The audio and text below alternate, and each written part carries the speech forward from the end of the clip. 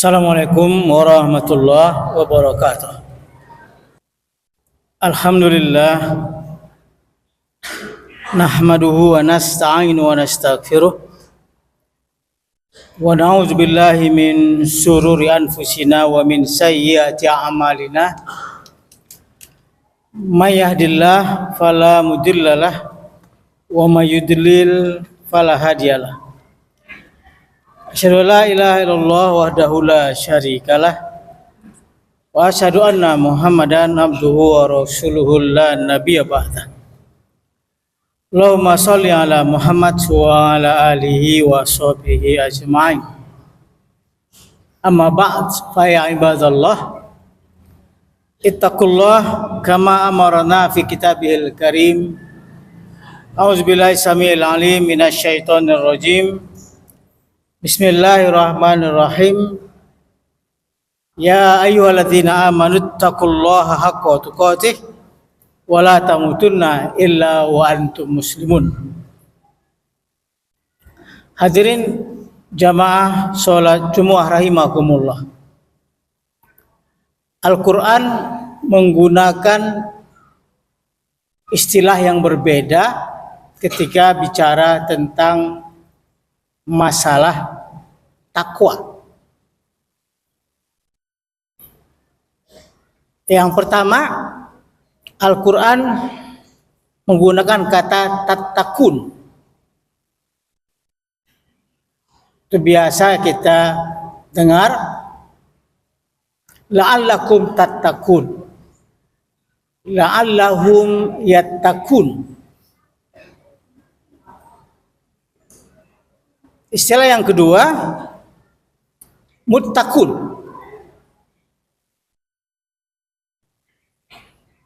Serintas terjemahan bahasa Indonesianya memang disamakan.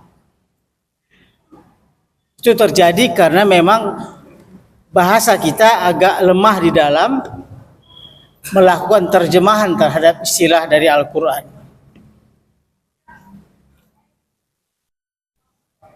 Akibatnya yang diambil adalah penafsirannya, bukan terjemahannya. Dari sisi nahwu saraf, tattaqun itu adalah fi'il mudhari, kata kerja. Tattaqun atau yattaqun. Sedangkan muttaqun atau muttaqin adalah isim fa'il, semacam atribut atau predikat. Tapi dalam terjemahan yang kita lihat dalam Al-Quran, para penterjemah kita menyamakan saja ini. Mereka mengatakan, mudah-mudahan kamu menjadi orang yang bertakwa.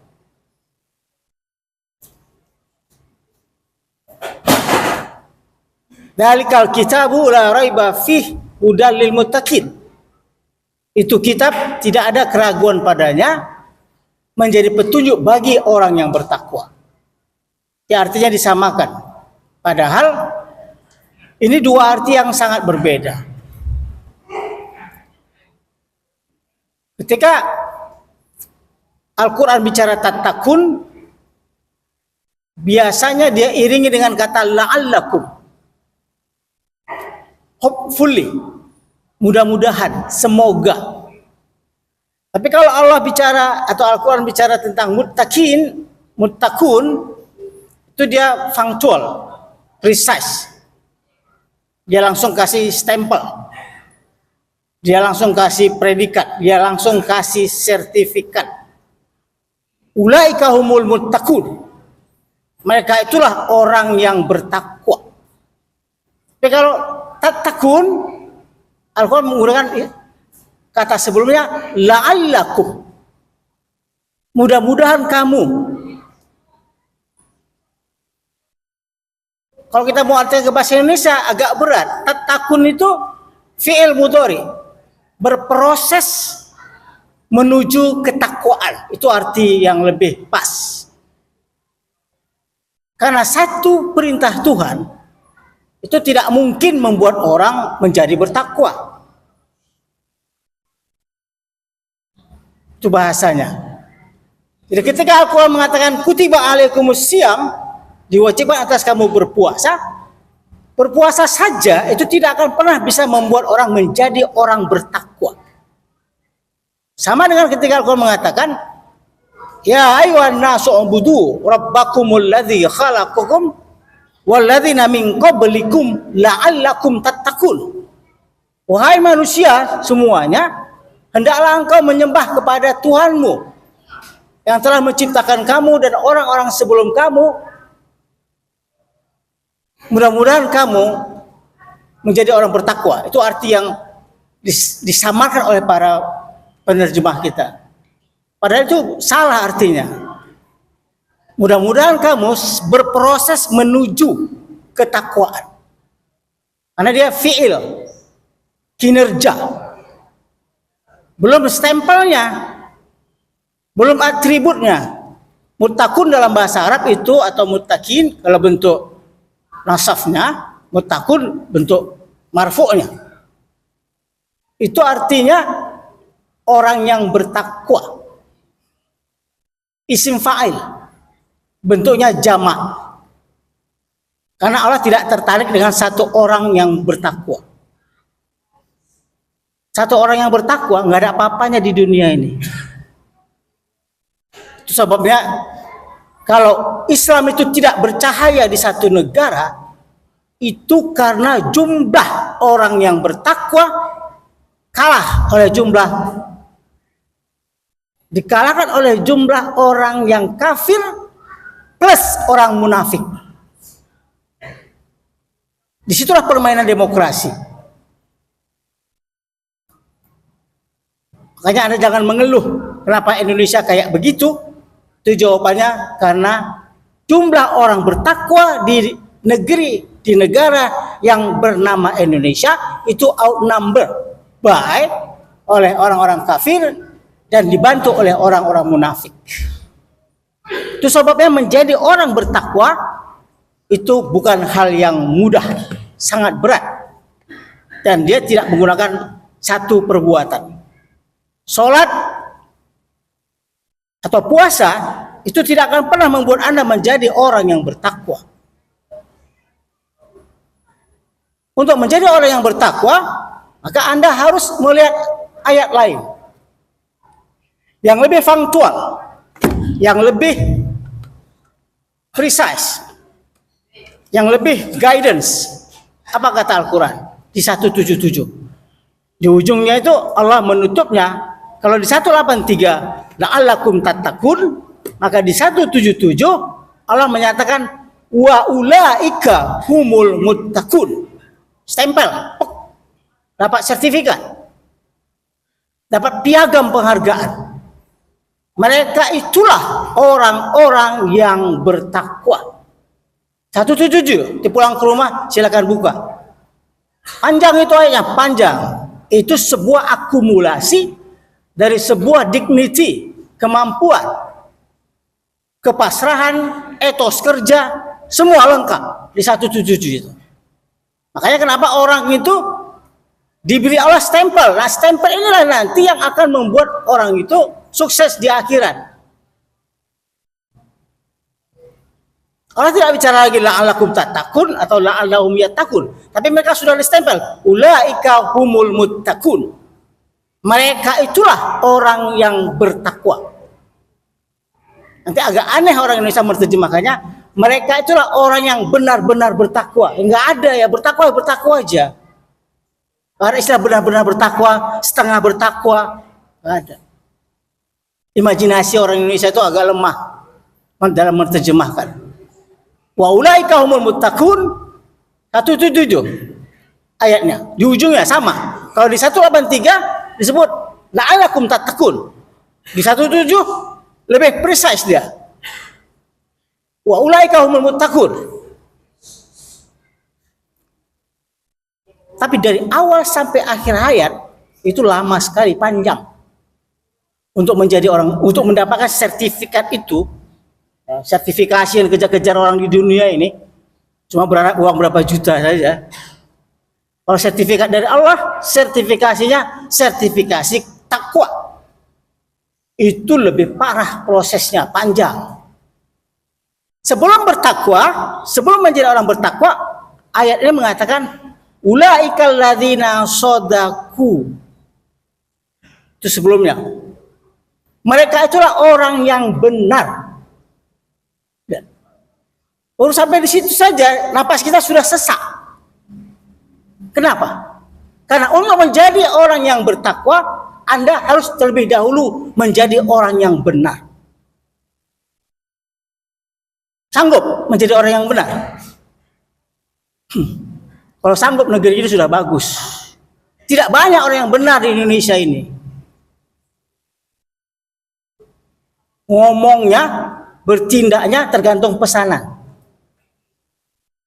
Siapa yang bayar? Omongnya membela kebenaran tidak ada. Yang ada membela siapa yang membayar. Kebenaran tidak penting di negeri ini.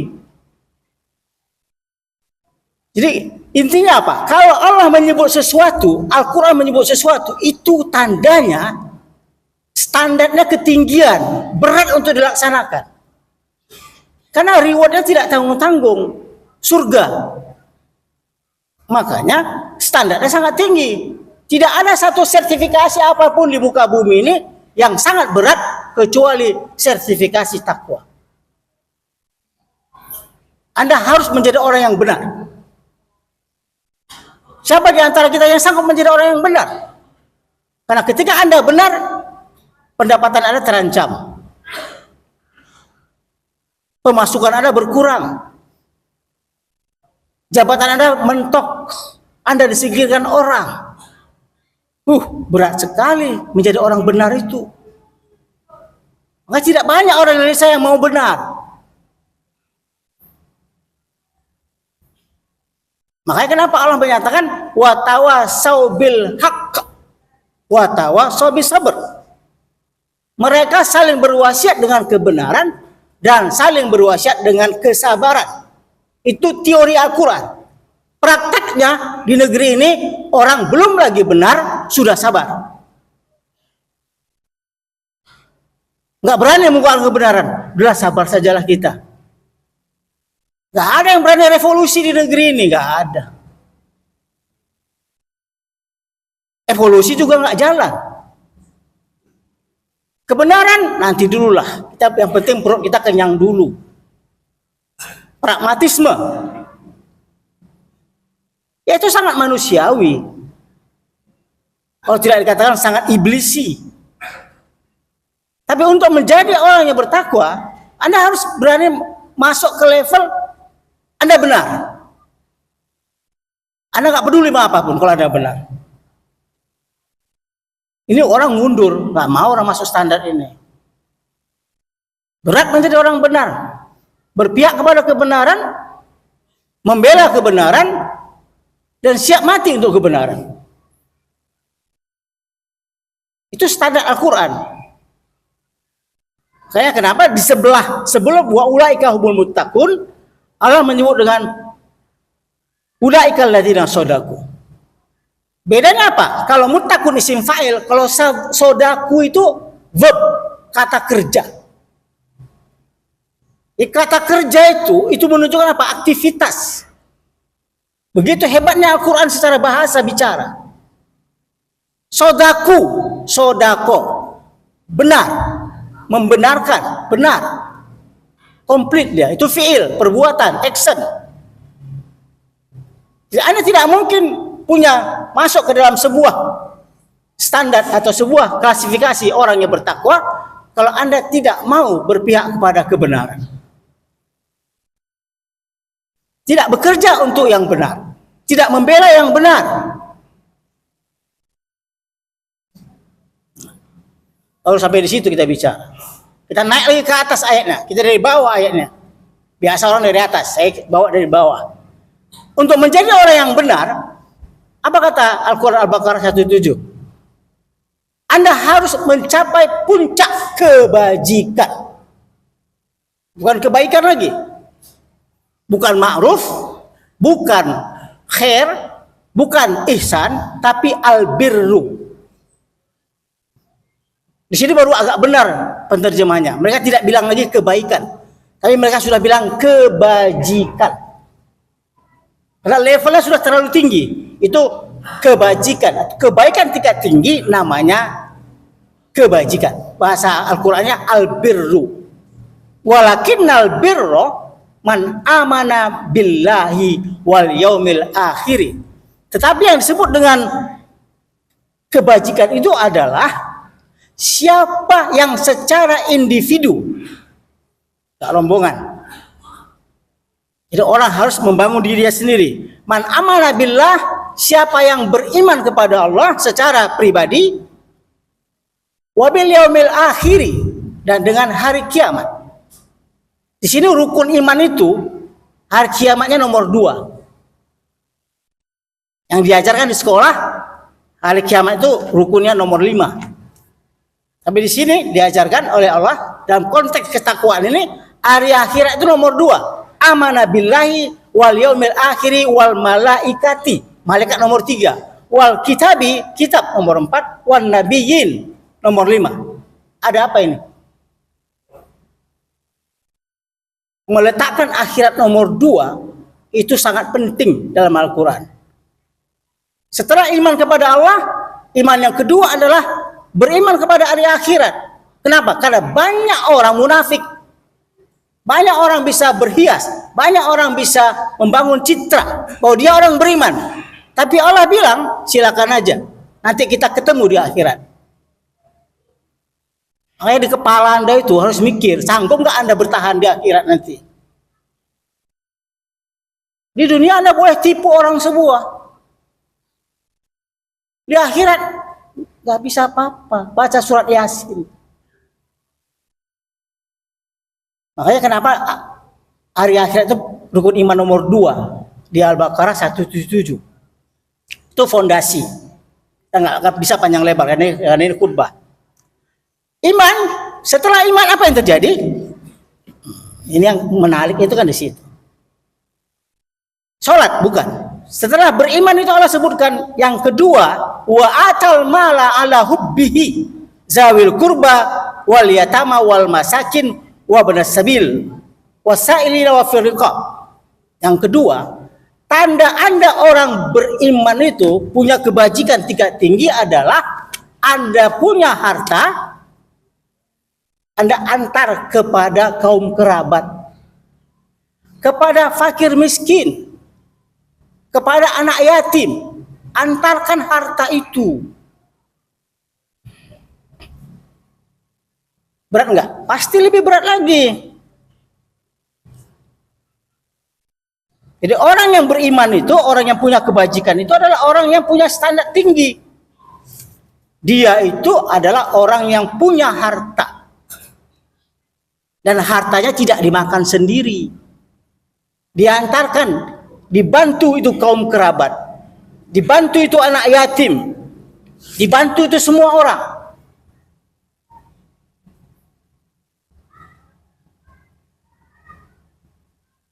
Siapa pula yang bisa kayak begitu? Udah awak yang punya harta, awak pula yang antar. Itu standar Quran. Kalau standar kita undang orang ke rumah, bagi-bagi amplop, berkerumun orang, bangga. Itu nggak masuk standar Al-Quran. Standar Al-Quran adalah wa atal mala ala hubbihi. Dia mengantarkan harta yang dia sukai. Kalau bahasa Al-Quran harta bukan uang. Karena tidak ada dulu uang, yang ada dulu harta. Dia antarkan itu langsung ke orang-orangnya, ke kaum kerabatnya.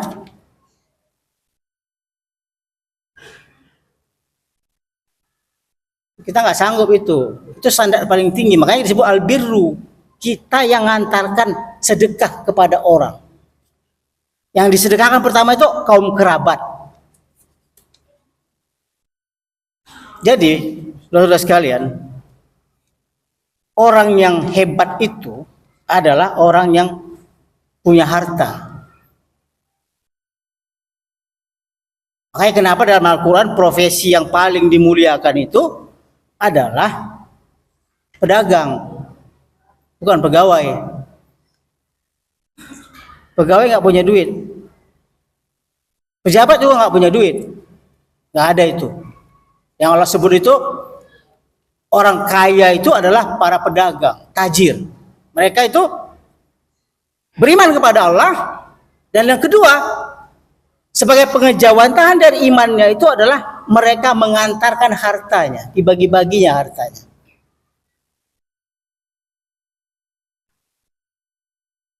Nomor dua. Jadi basicnya adalah iman. Bangunan di atas iman itu adalah Anda bermuamalah baik kepada orang, membagi-bagi harta. Ya jangan bercita-cita jadi orang miskin untuk masuk surga. Al-Quran nggak pernah bilang gitu. Al-Quran bilang yang duluan masuk surga itu orang kaya. Nah, saking kayanya, nomor 3, wa aqama sholata wa ataz zakata. Dia menegakkan sholat dan membayar zakat. Pingsan Anda dengar baca Quran ini. Kalau ini menjadi standarnya, hajab kita dibuat. Nggak masuk kita sama sekali. Sudah dibagi-bagi hartanya, masih ada lagi hartanya untuk berzakat. Siapa orang ini?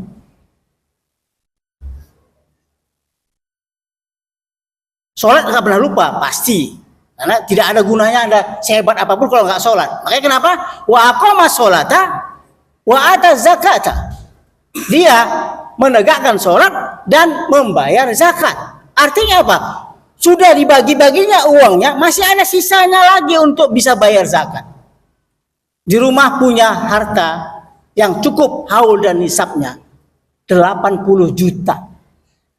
Jadi zakat itu kecil, 2,5%. Makanya zakat itu nggak hebat. Cuma pemungut zakat aja bilang zakat itu hebat. Yang hebat itu apa? Yang hebat itu adalah wa atal mala ala hubbihi. Anda berinfak, bersedekah, bagi-bagi duit, bagi-bagi harta. Itu tanda orang yang baik, yang bajik. Dan panjang lagi ke bawah. Mungkin kita jelaskan lebih lanjut. Kan khutbah kita kali ini, fa'tabiru ya ulil albab, barakallahu li wa lakum fil Qur'anil azim wa nafa'ani wa iyyakum bima fihi minal ayati wa dzikril hakim. Aqulu qauli hadza fastaghfiru innahu wal ghafurur rahim.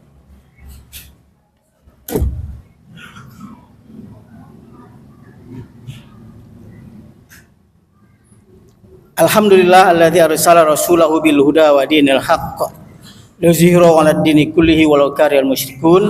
Asyhadu an la ilaha illallah wahdahu la syarikalah wa asyhadu anna Muhammadan abduhu wa rasuluhu la nabiyya ba'da. Allahumma shalli ala Muhammad wa ala alihi wa sahbihi ajmain. Amma ba'du fa ya ibadallah ittaqullaha haqqa tuqatih wa la tamutunna illa wa antum muslimun. Innallaha wa malaikatahu yusholluna 'alan nabi ya ayyuhalladzina amanu shallu 'alaihi wa sallimu taslima. Allahumma sholli ala Muhammad wa ala ali Muhammad kama shallaita ala Ibrahim wa ali Ibrahim.